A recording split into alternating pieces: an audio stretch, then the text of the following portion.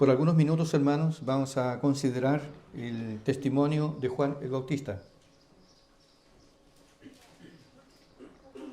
Pero principalmente vamos a considerar dos aspectos de su testimonio. Primero, vamos a hablar un poco de la gran humildad que mostró tener Juan el Bautista. Y, por otro lado, vamos a ver en oposición a esto, en contraste con la gran virtud que tenía Juan el Bautista, el estado terrible en el cual se encontraban los judíos. Aquí relatados y vistos en la comitiva que fue enviada por el Sanedrín para preguntar quién era Juan el Bautista, que estaba haciendo ruido ya en los alrededores de Jerusalén. Estos textos nos presentan un testimonio indirecto, aunque dice aquí el testimonio de Juan, el testimonio que da Juan el Bautista sobre nuestro Señor Jesucristo es un testimonio indirecto. Indirecto en el sentido de que él no se refiere claramente sobre el Mesías, pero al decir que él no era el Mesías, que él no era el Cristo, era otro. Al decir que él no era Elías, y al decir también que él no era el profeta que Moisés había anunciado en el Antiguo Testamento, indirectamente entonces coloca la atención en la persona de nuestro Señor Jesucristo. Dice el texto que los judíos enviaron una comitiva desde Jerusalén, compuesta de sacerdotes, levitas y fariseos, que era la base del Sanedrín de aquellos días. Le mandaron una comitiva para interrogarlo sobre lo que estaba pasando, qué estaba ocurriendo allí en los alrededores de Jerusalén, al otro lado del Jordán, en una ciudad llamada Betábara, que también es conocida como Betania, que no debe ser confundida con la Betania que quedaba cerca de Jerusalén, donde vivían Lázaro, Marta y María. Esta era otra ciudad. Pero allí estaba ocurriendo una manifestación potente de la gracia de Dios a través del ministerio de Juan el Bautista. Y no podría ser diferente. Juan era primo de nuestro Señor. Juan había sido llenado por el Espíritu Santo de Dios cuando él aún estaba en el vientre de su madre. Y cuando Isabel y María se encontraron, las dos embarazadas, dice la Biblia que los dos niños saltaron dentro del vientre de sus madres y fueron llenos, ambos, del Espíritu Santo de Dios. Era un personaje extraordinario, pero al mismo tiempo era muy humilde. Él se alimentaba comiendo langostas, que eran un tipo de langosta que eran comestibles. No vaya a pensar usted que el tipo de langosta que nosotros tenemos acá. Y que comía miel silvestre, pero que había empezado a desarrollar su ministerio en el desierto. No fue ni en Galilea ni en Jerusalén, fue en el desierto, en la región de Perea, donde Juan el Bautista desarrolló su ministerio. Le hicieron 7 preguntas. La comitiva fue a interrogarlo. Queremos saber quién eres, qué pasa aquí. Y para ello hicieron 7 preguntas. De las 7, 5 fueron negativas. Entonces la primera le preguntaron: ¿eres tú? ¿Quién eres tú? ¿Eres tú el Cristo?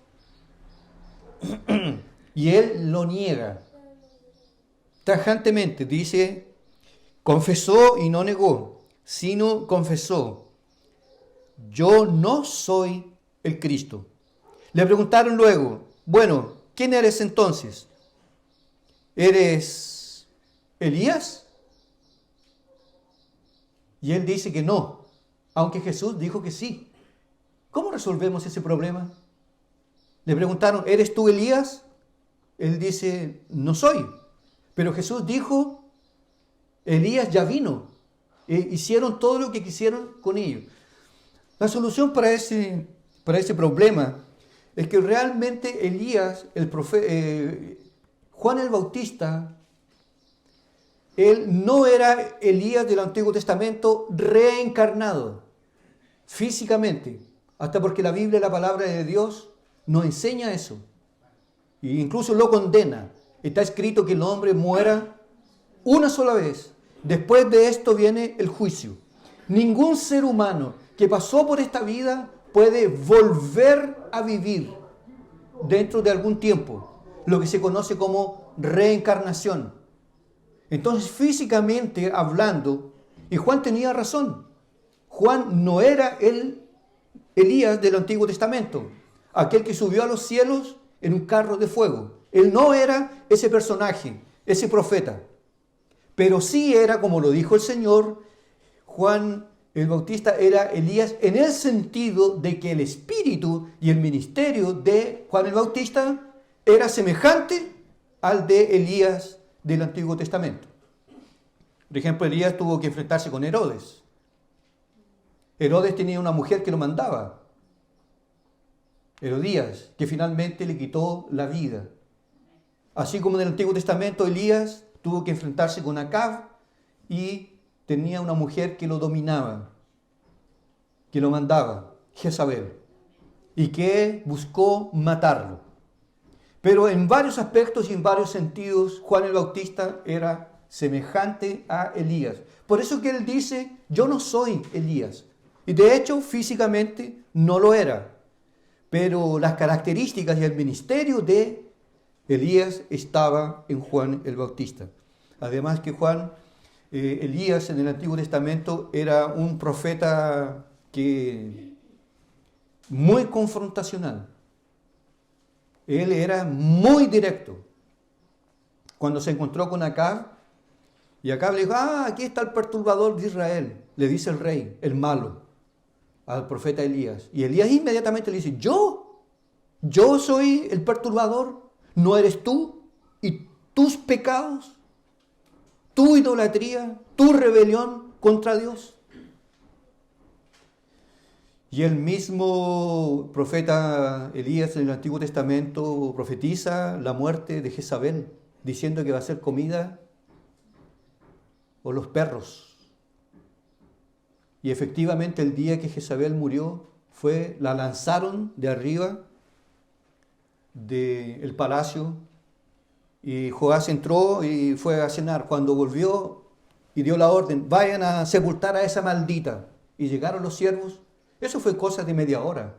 Fueron a ver el cadáver de Jezabel, estaban solo los huesos. Las únicas partes que todavía quedaban eran las palmas de las manos y los pies. El resto está todo consumido por los perros. Y Juan el Bautista tenía ese espíritu. También, por ejemplo, él empieza diciendo arrepentidos y convertidos, llamando a la gente al arrepentimiento. Y era un mensaje, de cierta forma, lo que se podría decir agresivo, un mensaje que hoy no se ve. Si Juan el Bautista hoy estuviera en nuestros púlpitos, a cada domingo, la gente se iría. La gente no le gusta ese tipo de predicación. Siempre pecado, pecado, pecado. Se encontró un día con Herodes cuando lo tomó preso y le dijo, no es lícito tu casamiento. Tú le quitaste la mujer a tu hermano. Tú estás en adulterio. Y la Biblia dice que Herodes se estremecía cuando lo oía. Pero convencido por su amante, le quitó la vida. Murió como un vil pecador, siendo un hombre tan santo, tan elevado. El propio Señor Jesucristo, cuando habla sobre Juan el Bautista, dice que fue el mayor de todos los profetas. Y nosotros tenemos a Elías, tenemos a Isaías, tenemos a Jeremías, Ezequiel como los mayores pero Juan está por sobre ellos. Y Jesús va y dice, y de los nacidos de mujer no hay otro mayor que Juan el Bautista. Era un hombre extraordinario, un profeta de Dios. De tal forma que en estas indagaciones que se le hacen, bueno, ¿quién eres tú? ¿Tú eres el Cristo? Porque Juan el Bautista estaba causando un impacto, lo que nosotros podríamos llamar hoy de un avivamiento. Estaba ocurriendo en el desierto un avivamiento. Y las sinagogas de Jerusalén, los días sábados, estaban quedando vacías. ¿Y dónde está la gente? No, toda la gente se ha ido al desierto. Hay un hombre que está predicando. Y está predicando con un poder extraordinario, a pesar de que él no hizo ningún milagro. Siendo el mayor de todos, para que los falsos profetas de hoy, que dicen que la marca de un verdadero apóstol es que él hace milagros. Juan fue el mayor de todos los profetas y no hizo ningún milagro, pero sí fue fiel a la palabra de Dios. Le hicieron entonces estas preguntas y él dijo, yo no soy el Cristo, yo no soy Elías y yo tampoco soy el profeta del que había hablado Moisés cuando dijo, Dios os levantará un profeta igual a mí, a él oiréis. Que sería una declaración relacionada, apuntando hacia la persona del Señor Jesucristo.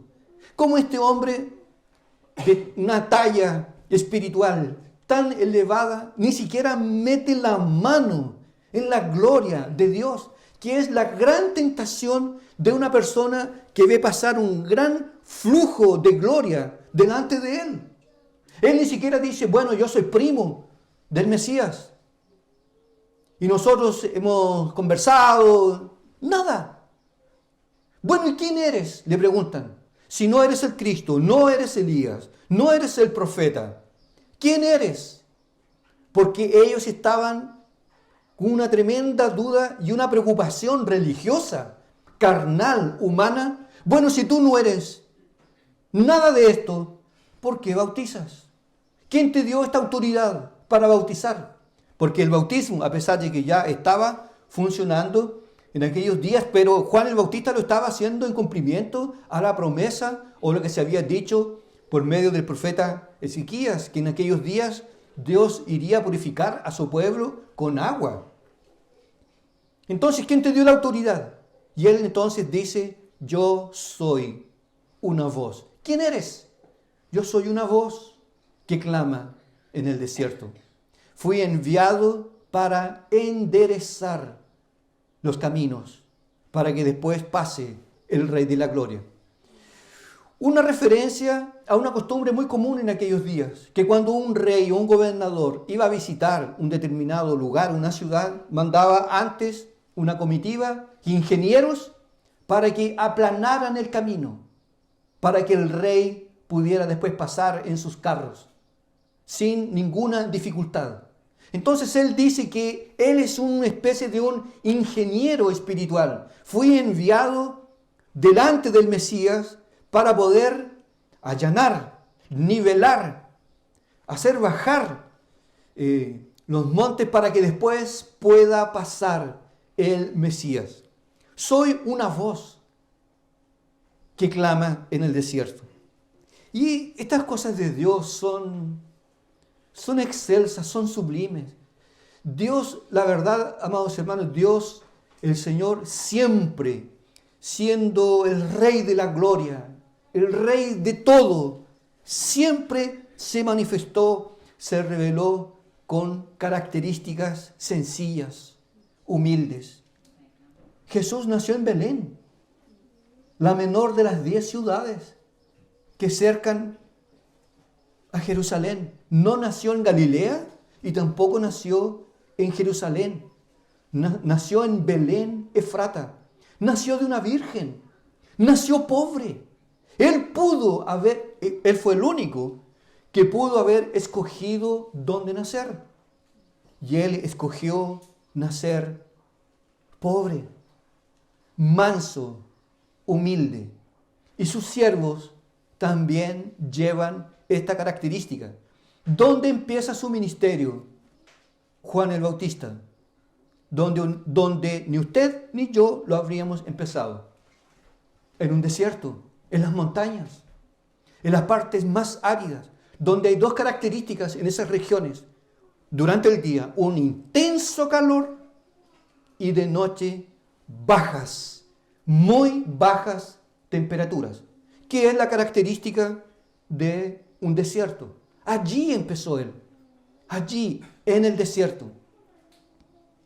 Un poco tal vez más al norte, el propio Señor había sido llevado por el propio Espíritu de Dios al desierto. Y Jesús había dado inicio también a su ministerio. Y allí estaba Juan para decir lo que él no era. Y para después decir lo que él era. Soy una voz que clama en el desierto. Si fuesen estos falsos profetas que nosotros vemos a menudo hoy, que no han visto nunca nada, que ni siquiera han tenido un vislumbre, un chispazo de la gloria de Dios, y alardean que andan caminando en las nubes, en el poder, hicieron de lo extraordinario y de lo sobrenatural e incomún algo ordinario. Ellos caminan todos los días en el poder. Y la soberbia y el amor, el apego a la materia. Un tiempo atrás vi que un predicador fue a predicar en una ciudad en Brasil, hace poco tiempo atrás, Hernández Díaz. Y el pastor que lo invitó lo recibe en la parte de afuera, y en la parte de afuera del templo estaba una gigantografía con la figura del pastor, el pastor local. Como si afuera estuviese una foto mía, tomando toda la parte de adelante del templo. Eso es lo que le gusta al hombre. Eso, ser reconocido, ser tenido en gran estima. Pero aquí tenemos un hombre de Dios.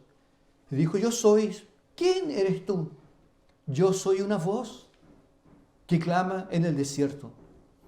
Pero lo que es más potente aún del testimonio que da Juan, dice que él no era digno, ni siquiera el versículo 27 dice, este es el que viene después de mí, el que es antes de mí, del cual yo no soy digno de desatar la correa del calzado. Aquí no estamos hablando del ladrón en la cruz, no estamos hablando de un criminal. Mire, estamos hablando de una persona que prácticamente desde su concepción en el embarazo, él ya está lleno del Espíritu Santo de Dios. Y toda su vida estuvo bajo la influencia poderosa del Espíritu Santo de Dios. Se podría decir que es un hombre santo. El propio Señor lo dijo, el mayor de todos los hombres. Y él dice, pero yo, en todo lo que soy, lo que tengo y lo que Dios me ha dado, ni siquiera soy digno de desatar la correa de los calzados del Mesías.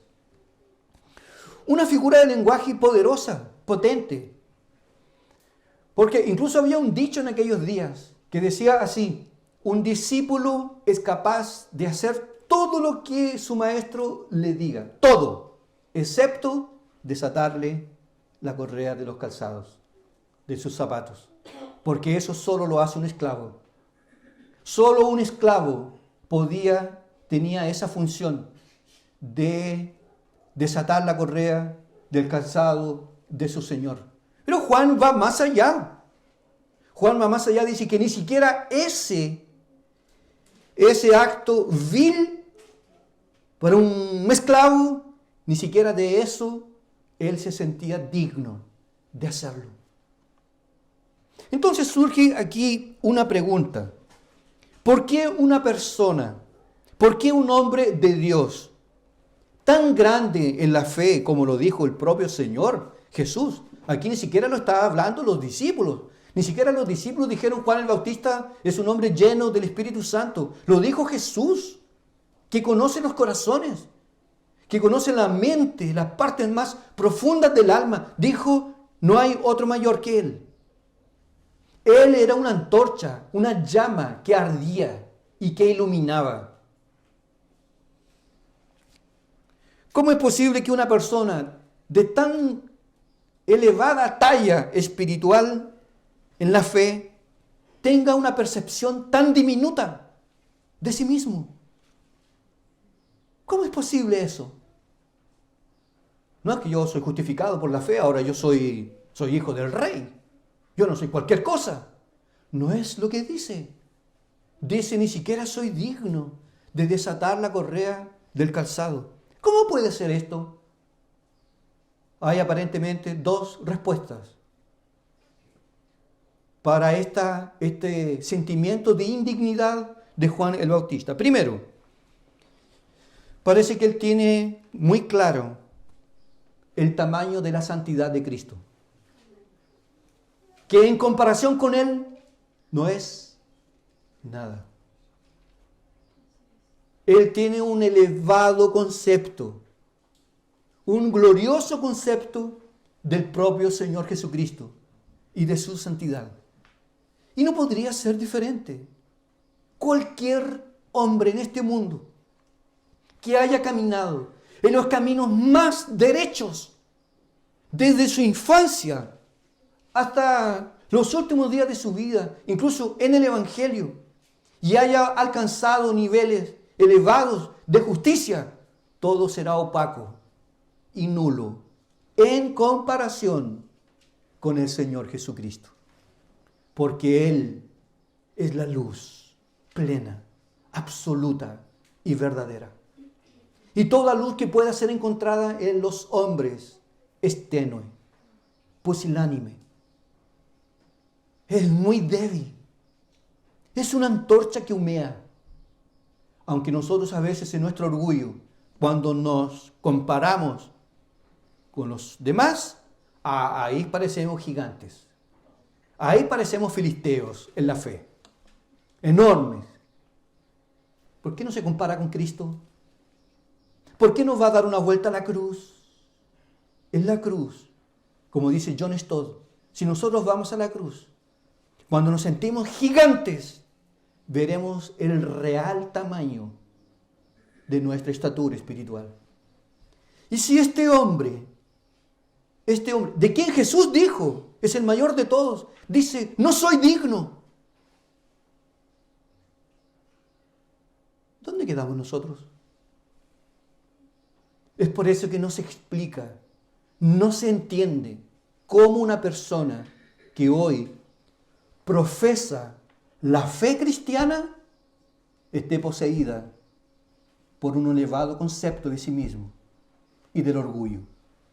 Porque el orgullo, la arrogancia, la prepotencia es lo que nos hace más parecidos con el diablo. Él es el autor, Él es el padre del orgullo. Y a veces nosotros, principalmente cuando nos alejamos, el orgullo asoma, aparece. Nuestros conceptos sobre nosotros mismos no son los que deberían ser. Porque deberían ser mucho más bajos que lo que tenía Juan. Si un hombre santo lo dijo, ¿dónde quedo yo?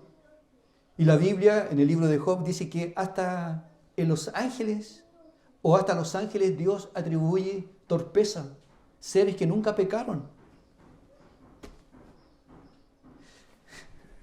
Este es el punto número 1 que se conoce técnicamente como el calvinismo.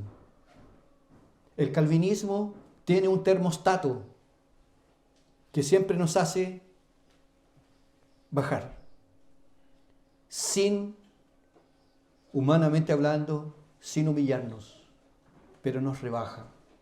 Somos pecadores, somos débiles. no somos dignos. Y si estamos donde estamos, es por la pura gracia y la misericordia de nuestro Señor.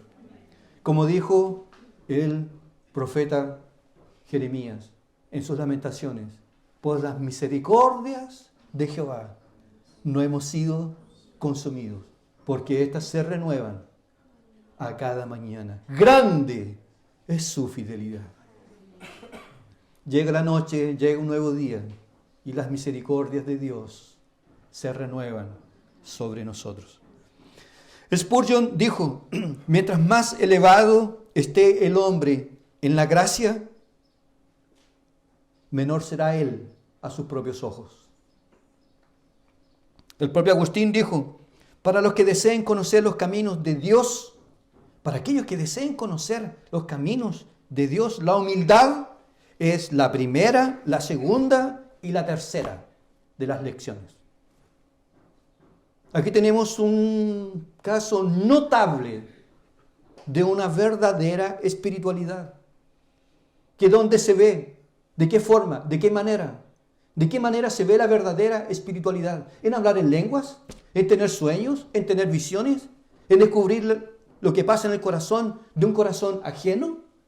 ¿De tener un elevado senso de justicia? La verdadera espiritualidad es evidenciada en la humildad. Y era una de las características principales de nuestro Señor, que dijo, aprended, venid a mí todos y aprended de mí, que soy manso y humilde de corazón, y hallaréis descanso para vuestras almas.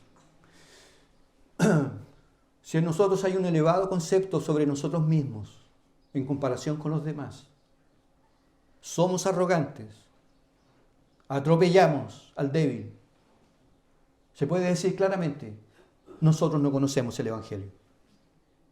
Nosotros no hemos pasado por el molino de Dios aún. Usted podría decir, pero de corazón, lo que dijo Juan el Bautista. Usted podría decir lo que dijo el apóstol Pablo, que subió hasta el tercer cielo y vio cosas extraordinarias, pero cuando él baja dice, de todos los pecadores, soy el principal. De todos los pecadores, soy el principal. Y de todos los apóstoles, soy el menor. Aunque uno sabía que él era grande. Uno de los mayores discípulos de nuestro Señor Jesucristo. Esa es la verdadera espiritualidad. Una persona puede tener un concepto bajo sobre sí mismo. Primero, producto de un encuentro con Dios. De cómo Dios es glorioso, santo, 3 veces santo. Que cuando Isaías tuvo un vislumbre de la gloria de Dios, dice la Biblia que dio un grito, ¡ay de mí! Que soy un hombre de labios inmundos y que mis ojos han visto al Rey. En segundo lugar, una persona puede tener esta percepción de sí mismo, de indignidad, porque también tiene una visión clara de su propio pecado. Lo que más aflige el corazón de un creyente es el pecado, su naturaleza pecaminosa. Y cuando ora, llora, se lamenta. Cuando lee textos, por ejemplo, como lo que pasó con Pedro, cuando negó al Señor, él también dice, ¿pero por qué lo voy a juzgar si yo también lo he negado? Y lo peor de todo, no he llorado amargamente como lo hizo Pedro.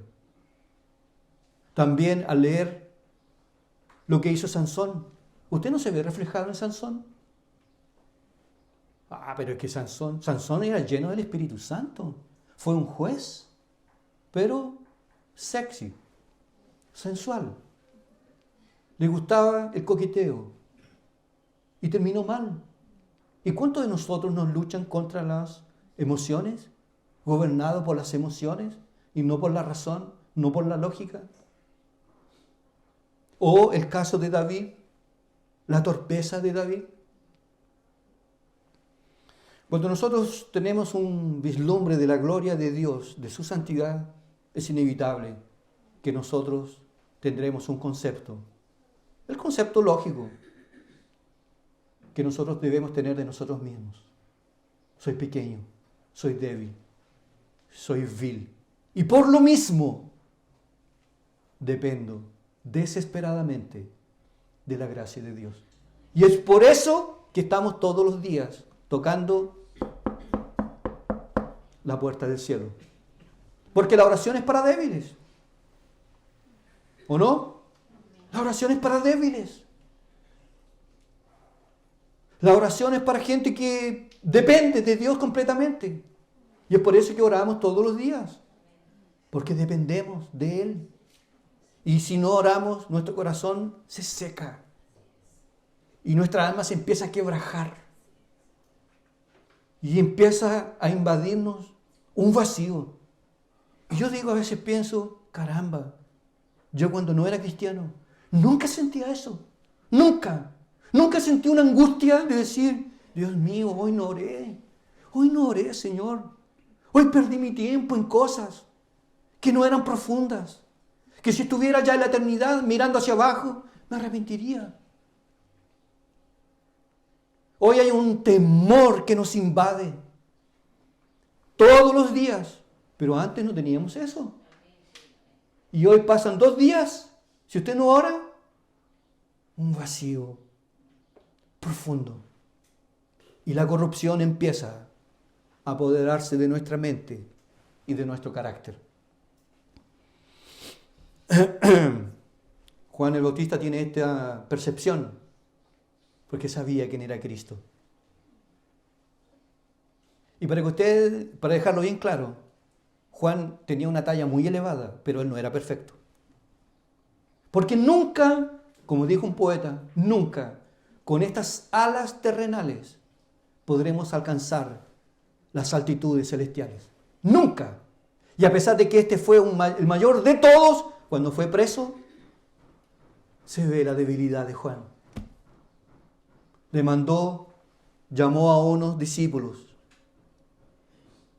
y los envió a Cristo para que le preguntasen, ¿eres tú el Mesías? ¿O esperaremos a otro? ¿No era el mismo que había dicho el Cordero de Dios? Como lo veremos el próximo domingo. He aquí el Cordero de Dios que quita el pecado del mundo. Él es la luz. Él es el Verbo de Dios. Pero en un momento de tensión y de debilidad, duda. Eso somos nosotros. Y yo me pregunto si Juan, siendo tan grande, pasó por eso. Sáquele molde lo que nos pasa a nosotros. Pero es bueno saberlo, porque aquí nosotros no tenemos ángeles, no tenemos a super cristianos, super creyentes. Somos un condominio de pecadores, débiles, muy débiles, y que necesitamos desesperadamente de la gracia de Dios. Por eso que estamos aquí. Por eso. Si no, no vendríamos a un culto. No leeríamos la Biblia. No oraríamos. No necesito. ¿Recuerda usted un cuadro clásico en las Escrituras? Lucas capítulo 7 aproximadamente. Simón y la mujer pecadora. Simón está ahí. E invitó al maestro a cenar y le ofreció una comida. Tal vez pensando de que sería la estrategia mejor para poder indagar sobre Cristo. Y a la cena entra una mujer pecadora, que ni siquiera se dice el nombre, fracasada, tal vez no sé cuántos maridos había tenido. Y esta mujer entra y se arrodilla, y no hace otra cosa que llorar. No se contiene. Pero al mismo tiempo tenemos a alguien que está impasible, pensando, viendo todo, diciendo, si este hombre fuese profeta, no aceptaría a esta mujer, porque ella es pecadora. ¿Y él no era? Y cuando Jesús abre su boca, no reprende a la mujer.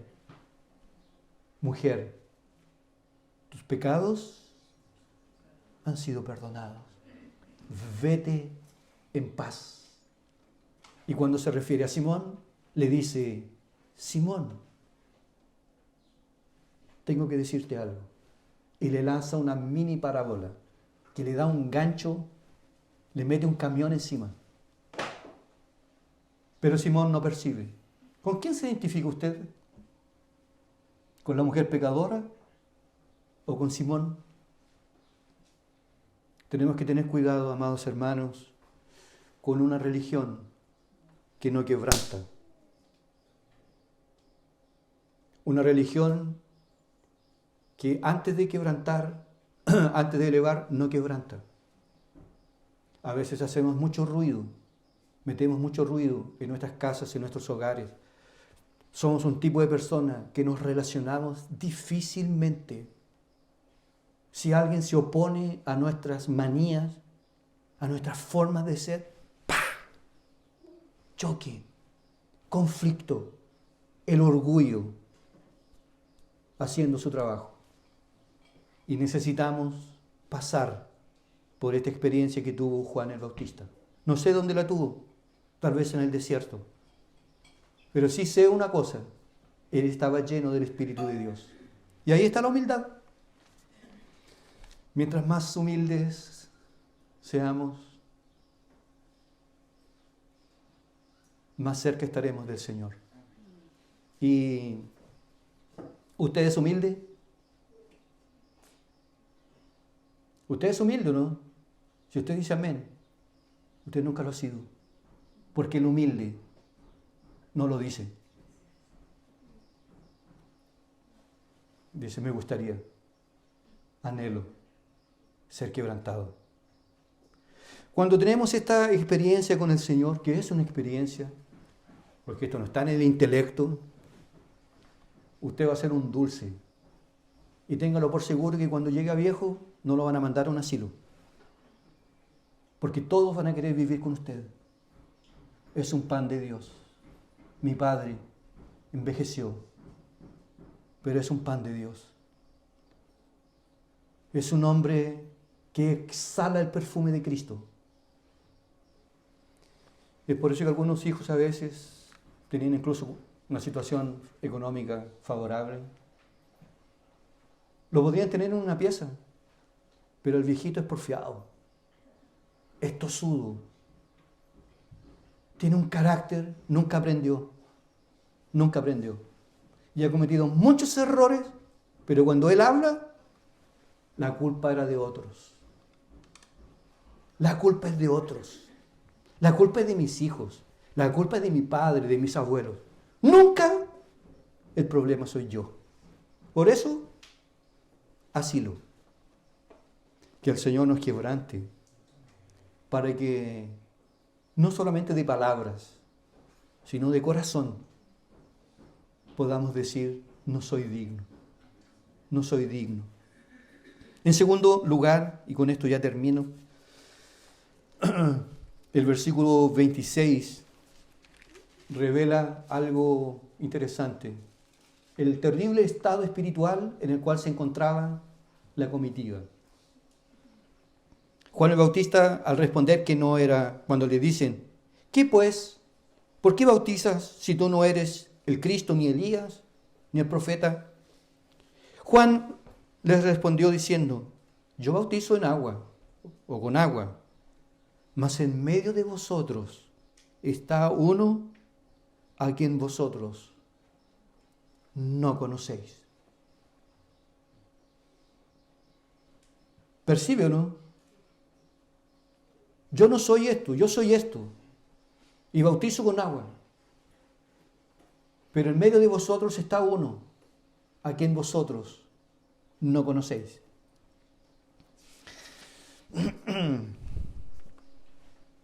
J.C. Ryle, mi comentarista preferido, él cuando comenta este texto dice lo siguiente: esas palabras de Juan el Bautista, de que Cristo está en medio de vosotros, pero vosotros no le conocéis, estas palabras se aplican de la misma manera hoy a millares de personas. Porque Cristo hoy está aquí entre nosotros.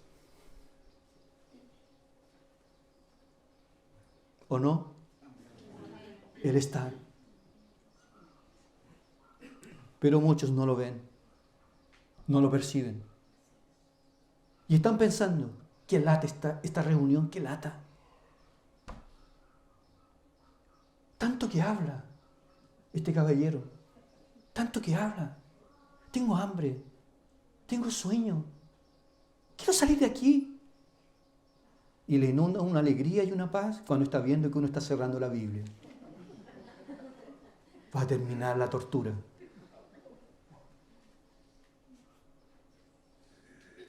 Sí, porque uno ve caras,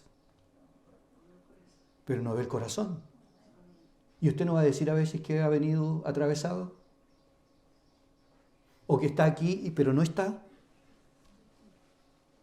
¿Qué voy a hacer de almuerzo? ¿Será que desenchufé la plancha? No. Y el perro, le dije comida al perro.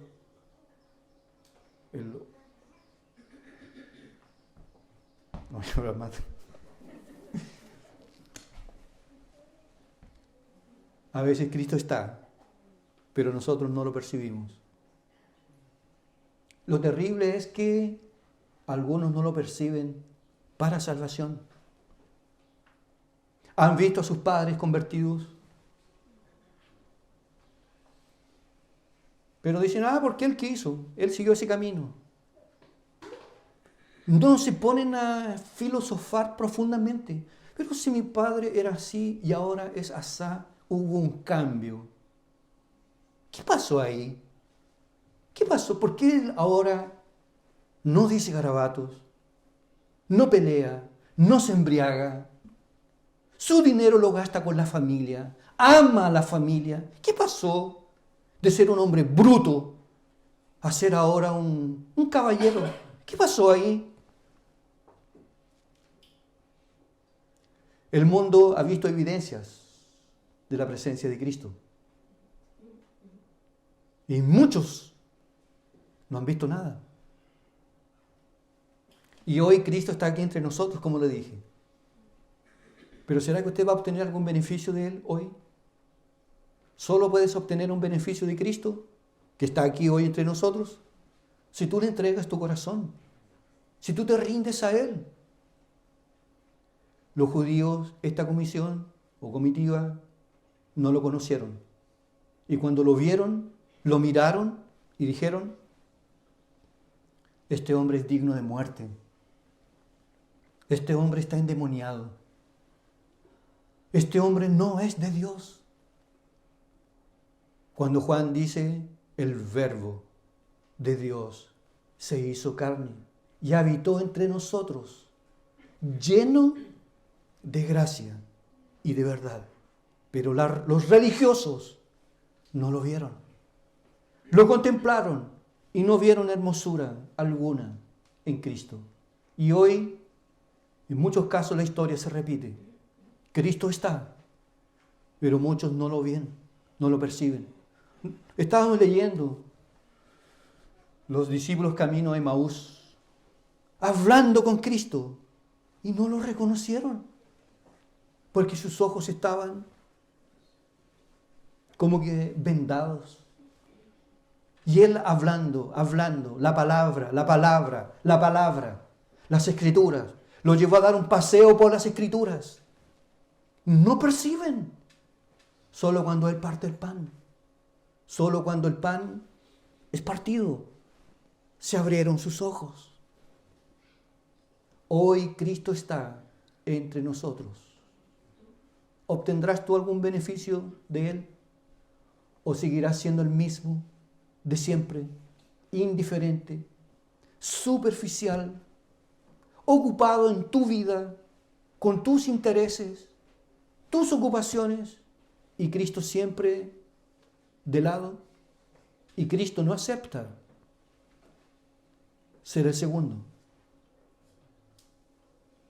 O Él es Rey y Señor, o es nuestro enemigo. O juntamos o desparramamos.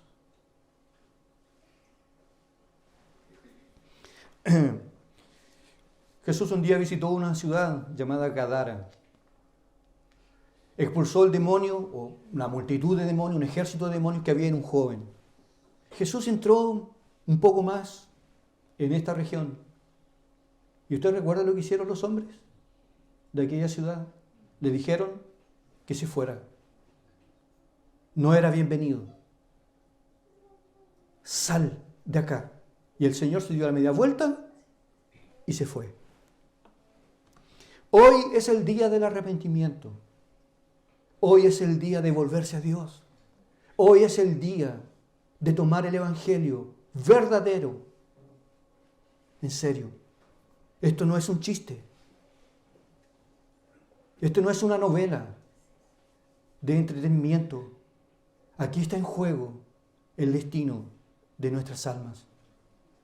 Y cómo tú te enfrentes con Cristo cuando Él te es presentado, dependerá de dónde tú pasarás la eternidad.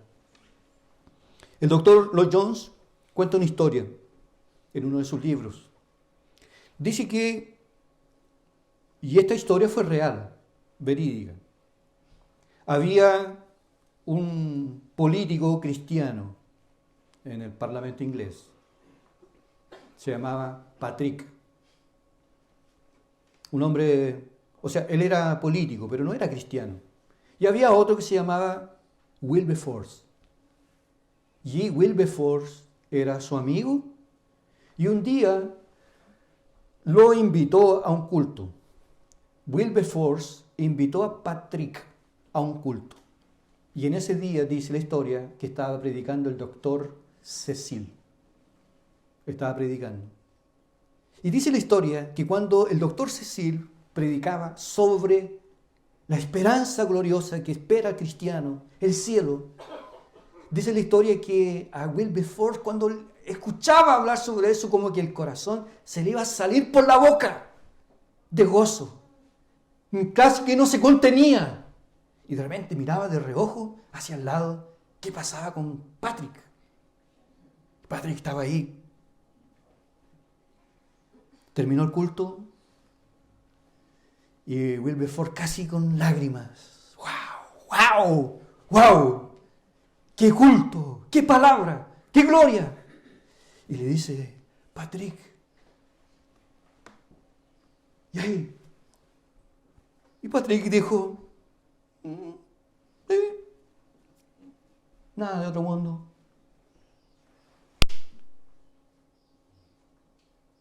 Cristo estaba ahí, tocó a uno, el otro no lo vio. Que no vaya a ser esta tu historia. Bautista, reformado, teólogo, pero indiferente.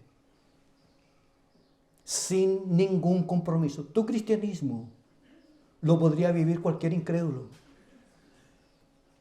Aquí Dios exige el corazón. O sea, todo. Entonces yo te pregunto algunas cosas. ¿Has visto tu necesidad de Cristo? ¿Te has sentido a veces desesperado? Cuando a veces no puedes orar, o han pasado días que no has leído la Biblia, te entra un desespero. Necesito estar con Cristo, necesito hablar con Él. ¿Es Cristo todo para ti? ¿Es tu todo? ¿Lo darías todo por Él? ¿Notas que Él es más potente que tu familia? Yo amo a mi familia, a mi esposa, a mis hijos, mis nietos. Pero siempre pienso, no se compara con Cristo. He tenido momentos maravillosos en la vida, momentos duros también, pero también he tenido momentos maravillosos, como que una mujer me hubiese dicho que sí cuando era joven. Después casarme bien, casarme frente a la iglesia, entrar al ministerio, enfrentar un concilio y ser ordenado al ministerio para ser pastor, entrar a un seminario, terminar esos estudios, experiencias, conocer a hermanos como ustedes mismos. Una bendición. Si yo pudiera nacer de nuevo, lo haría todo de nuevo, porque ha sido una bendición. Pero nada se compara con Cristo. Él es todo. Él no es la sombra, es la luz. Él no solo da vida, Él es la propia vida. Y Él llena todos los espacios, los vacíos de nuestro corazón. Y Juan dijo, en medio de vosotros está uno a quien vosotros no conocéis. ¿Hasta cuándo tú vas a seguir indiferente? No me importa que estés bautizado, participes de la cena. No me importa. ¿Dónde está tu corazón? Deposítalo hoy a Cristo. ¿Quién nos diría que tú puedes salir hoy de este mundo? Que hoy llegó el día que tú tienes que morir. Y tú vas a decir, no, es que yo tengo hijos para educar. Son todos chicos, son todos pequeños. Ellos me necesitan. La muerte llega, amigo, y se acabó. Tienes que estar preparado para estar con este glorioso Salvador. En medio de vosotros hay uno que vosotros no conocéis. Los judíos no lo conocieron allí y nunca. Y lo mataron. Entrega hoy tu corazón a Cristo. Él es glorioso, maravilloso. Por eso que el cielo es cielo. Y por eso que me cuesta parar de hablar cuando me refiero a Él. Porque no hay palabras que lo puedan describir. Cristo me halló muerto, me resucitó y me dio una nueva vida en Cristo Jesús. Abraza este evangelio. No seas rebelde. Reconócelo. Y serás un ser realmente feliz. Padre, gracias te damos por tu palabra. Te pedimos, Señor, que nos puedas bendecir. Ya lo has hecho. Que tu palabra sea esculpida y grabada en la tabla de piedra de nuestro corazón, para que permanezca para siempre. Que hoy nos vayamos sangrando y podamos derramar nuestra alma de nuestra cama y reconciliarnos contigo, Señor, por siempre. A ti sea la gloria, Señor, que digno eres. Tú eres digno. No nosotros. Tú eres santo en perfección. Gracias por tu fidelidad. Gracias por tu palabra. Salva, Señor. Consuela. Santifica a los tuyos. En el santo nombre de Jesús. Amén.